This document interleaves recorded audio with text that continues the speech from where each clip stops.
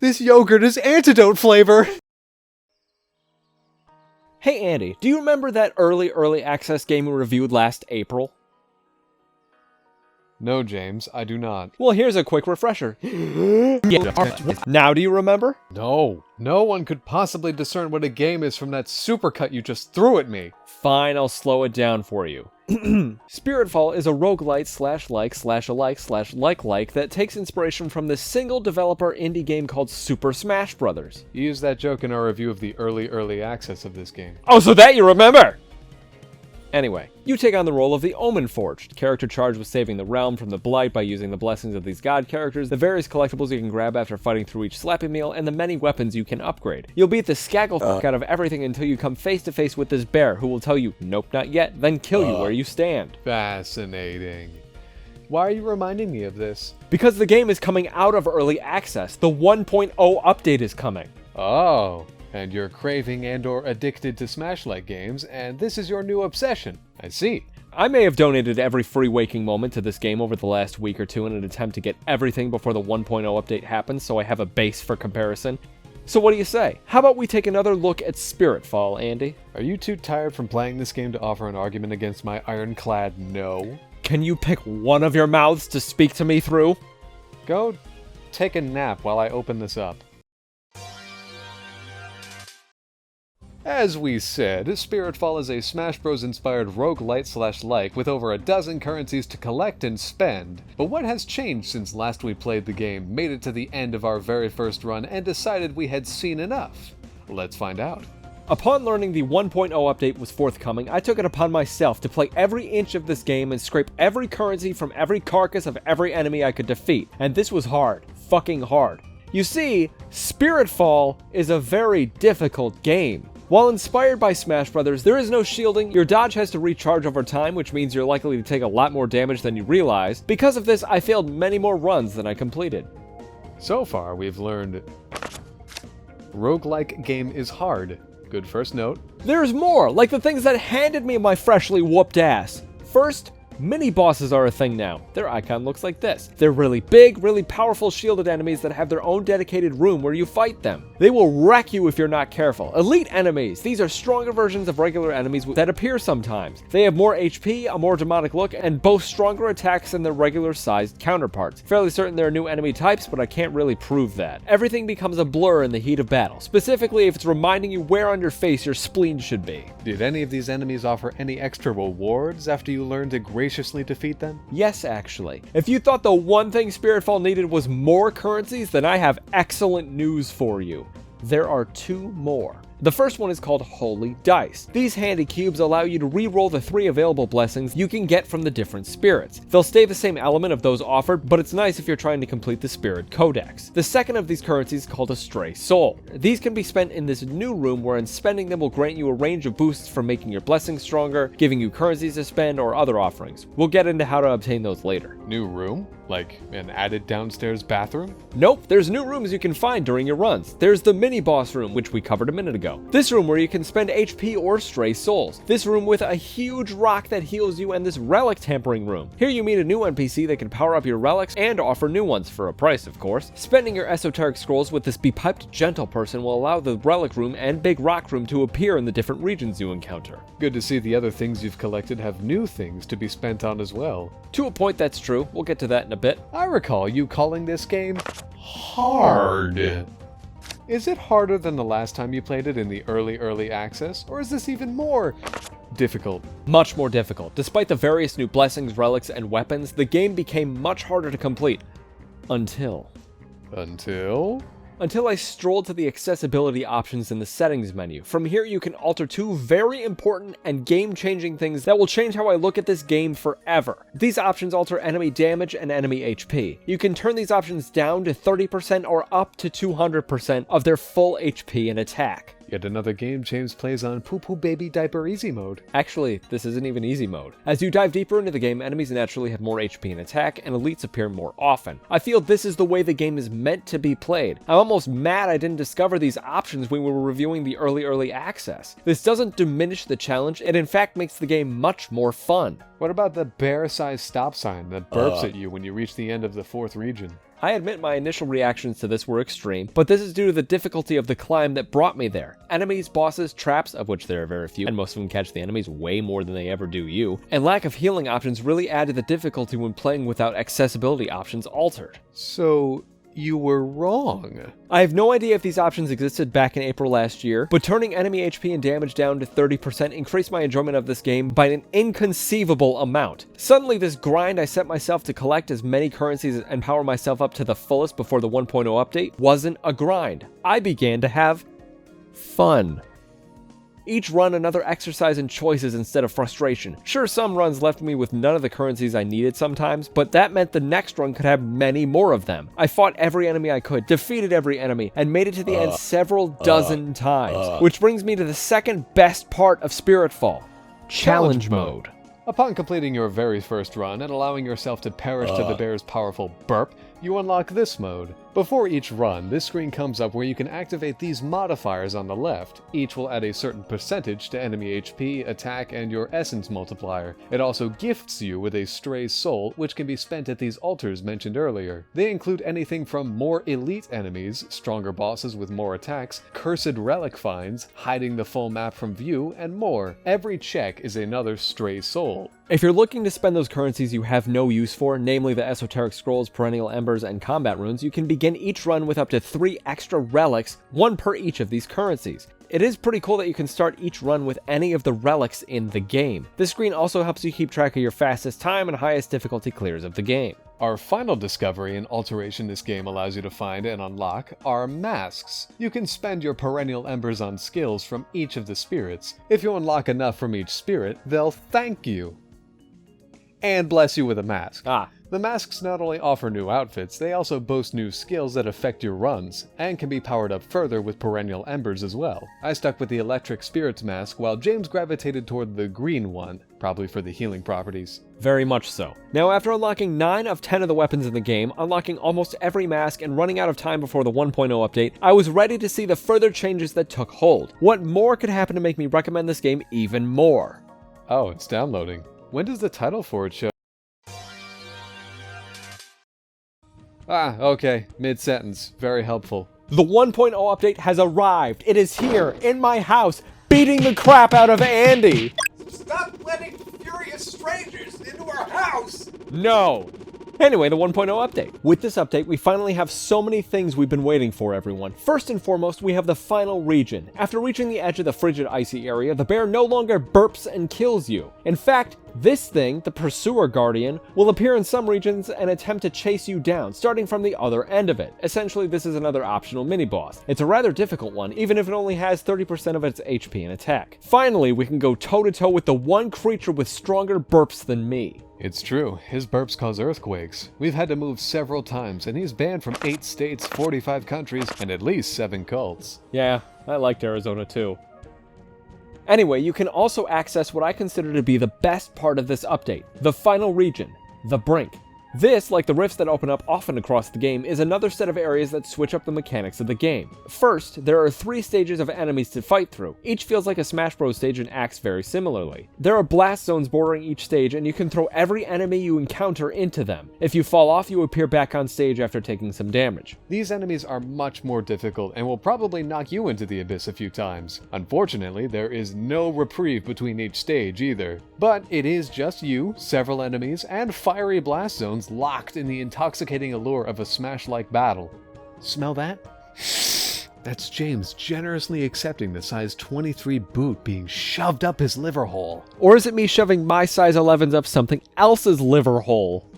Fuck's a liver hole. After you work through 3 stages of difficult battles, the game grants you reprieve in the form of this rest room. Buy all you can afford, then head to your final challenge. It has been a long time coming, but it's time to take on the final member and leader of the Perennial Order, the High Priestess. Her attacks are powerful and she has a lot of HP. But the absolute best part of this boss, something each boss in this game needs but lacks, is the ability to be thrown off the stage into a blast zone. Sure, she jumps back on the stage in a spire of evil flame, but the mere fact she can suffer the same type of damage and impact you can is a huge deal. These last 3 stages and this boss are a departure from the rest of the game that Spiritfall sorely needed. After 4 regions, 4 main bosses that react like bigger, stronger enemies, and collecting 47 different currencies, gameplay has gotten unappealingly stale and stagnant. Having completed around 25 complete runs at this point, Spiritfall desperately needed some changes to give it that extra spice. Also to make James feel extra wrong about his initial opinions about this game. Yes. This portion of the 1.0 update makes me even more angry at my initial reaction to finishing my very first run in this game last year. So much has been added, changed, and improved. Yeah, the accessibility settings are probably the singular only reason I feel so wrong, but the fact it exists and makes the game not only easier, but better is a triumph in and of itself. Feel like the game has no challenge for you? Turn it up to 200%. Too much? Lower it like we did. More games need this type of slider that gives players the ability to play more games like this, and roguelike/lights overall. We'll probably have to hear about this another 2 or 3 times before the end of this review. Yep. After you beat the High Priestess, your run ends, and you can attempt it all over again. It should be mentioned that after the 1.0 update, you do have to complete a run in full before accessing the challenge mode again. After this, you can continue to pursue embers to unlock each mask. Only you also now have a new goal: completing 4 more runs. Only 4, which is quite the shock. These runs will unlock more story content as you meet each boss and sever each branch that trails off in the background of the final boss.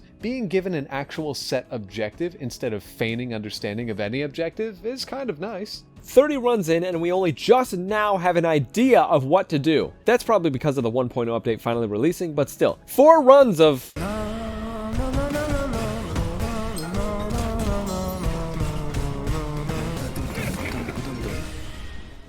and you will have dissolved each branch and finally, completely reach the edge of the brink. Sacrifice yourself and give your spirit to pass on, just as you were intended to do before your soul was trapped. You have won, and now you can run through the game over and over to get the last bits of the game you like, filling in the Spirit Codex, beating each boss under the influence of this challenge that gives them new moves and more HP, collecting the embers and spending them on the various skills each spirit continues to offer, or more. And so, we've reached the end of the currently available content in Spiritfall.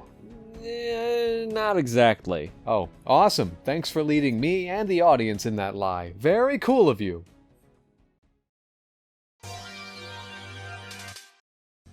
Oh good, more review! Yes, more review! Pre 1.0 update, Spiritfall gave us access to 9 unique weapons. There are 5 original forms and each of them has an alternate form that is somewhat similar to its original. Post 1.0 update, the final alternate form was added to this fancy hockey stick thing. Now that every weapon is out, it's time to talk about all of them. Andy even took the time to try each of them out. Which means I can lend my opinions to this really unnecessary idea James had. So, here we go. With the release of the final alternate weapon for this hockey stick, we can accurately tier list these weapons. The criteria for placement of these weapons is based on their movesets, their strengths, the enchantments you can buy with essence between regions, and our personal opinions. It all comes down to opinions. Let's begin with the Battle Hammer Axe in its base form. This is a long-staffed hammer weapon with a long range and very powerful attacks that extend both in front of and behind the player. Most attacks will launch enemies away, and combos will be few and far between. It will, however, diminish all guard meters quite quickly. Enchantments will add projectiles to the down air attack, decrease charged attack efficiency, along with the other standard attack speed and power incremental increases. It's a standard weapon of no real impact.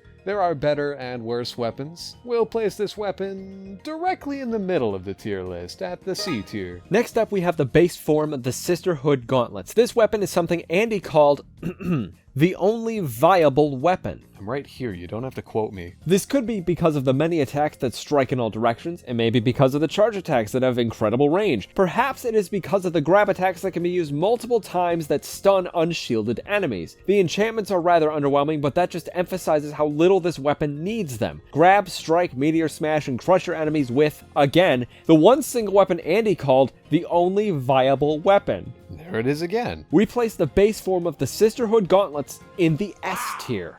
Ah, the base form Astral Chord Bow. the only weapon with a standard attack that isn't strong enough to stun or launch enemies. Most attacks involve shooting a short-range arrow or kicking. The charged attack launches an arrow that travels a distance in 8 directions, then disappears. This is rather a boring weapon, with the most interesting enchantments giving you extra arrow bars to refill, or helping them refill faster. This is a weapon that will make you excited to try any other weapon. The Astral Cord Bow will take its place firmly in the E tier. Stay there and think about how much more you could have done.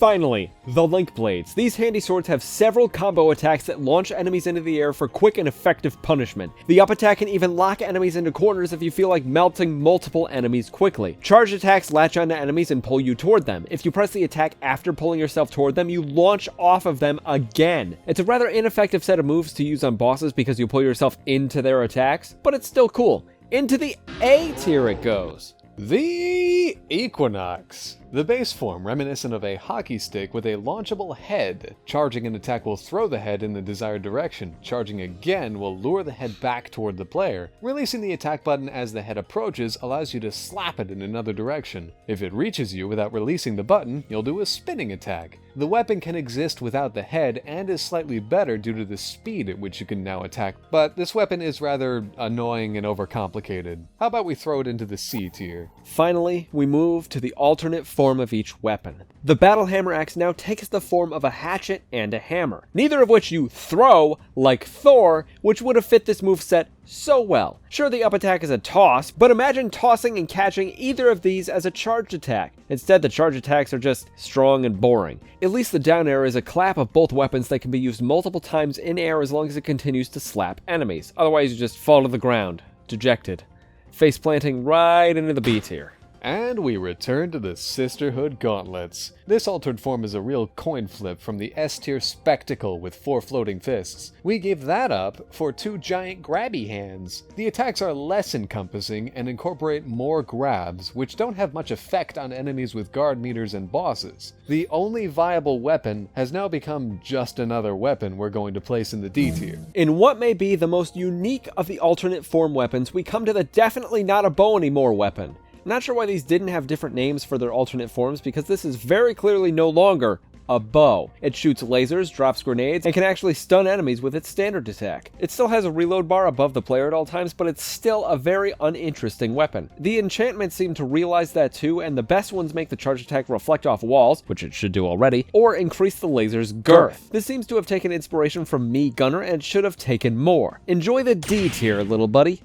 Do you love Marth and Kirby? Then the alternate form of the Link Blades is for you. For you Marth lovers, the tips of the blades during most attacks have heightened launch and meteor abilities. Make your enemies taste just the tips, everyone. For those of you that ruined melee for your friends by playing Kirby, the Link Blades up attack is for you since it is a quick dash up, then another to the ground. There's even an enchantment that causes the attack to release a projectile upon hitting the ground. Ruin your enemies like you did your friendships. The charged attack is a dash in any direction that will hurt anything between you and your next location. It's powerful. I had a lot of fun with these. Let's put these in the A tier. Finally, the weapon the 1.0 update added to complete the alternate set. This drill! Spear. Now it's a regular spear. Back to a drill spear! Point is, it has 2 forms. The first is a very slow, very powerful one with a drill at its head that can strike multiple times. The second, which you can access by pressing the charged attack button for any amount of time, is the spear form, which is much faster. Using a charged attack will eject the drill head in any direction. It will travel a distance, then land on a surface and begin drilling. It even does damage while it drills, and enchantments will make the head stronger and even shoot more heads with the right ones equipped. Just like its base form, however, the weapon is overcomplicated and annoying. Join your friends in the C tier, you strange long stick.